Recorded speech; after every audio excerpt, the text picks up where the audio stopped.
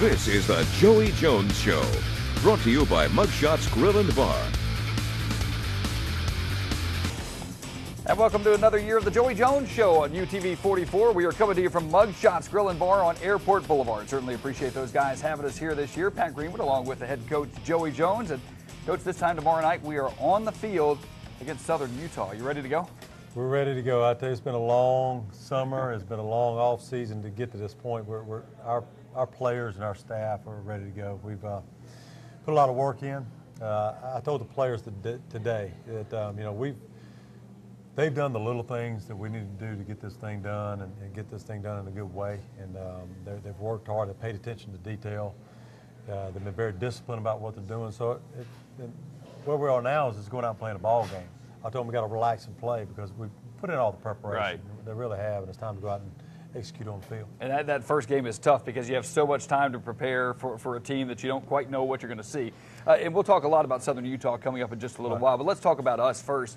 And the team that we're going to see on the field tomorrow night, how different is it than what we saw last year? How much the same are they? Well, the first thing I noticed is just so much more experience, obviously, playing a Division I schedule last year, being a FCS school, playing up. We're so much more experienced. We look at our skill positions on offense. We have a couple of new running backs that are going to be dynamic. We have a couple of receivers that are going to really help our receiving core. Our two quarterbacks are playing really well right now, playing winning football.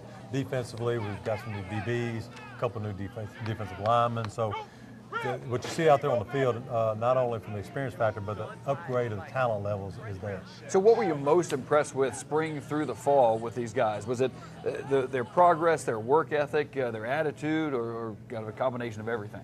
Probably just how their confidence has changed. Yeah. Went through a season like we did last year, and to come into a Division I season with a tougher schedule, actually, there's more of a confidence right now, a calmer feel about us.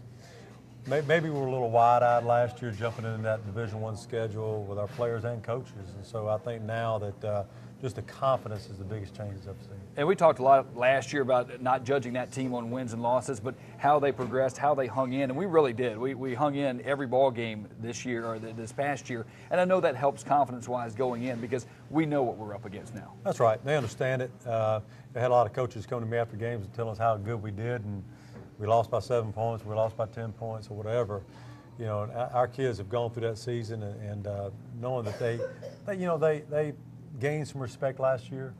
The only way you earn respect is by winning, and that's bottom line. I mean, we can talk about our new program all we want. We've got to win some ball games, and our players know that.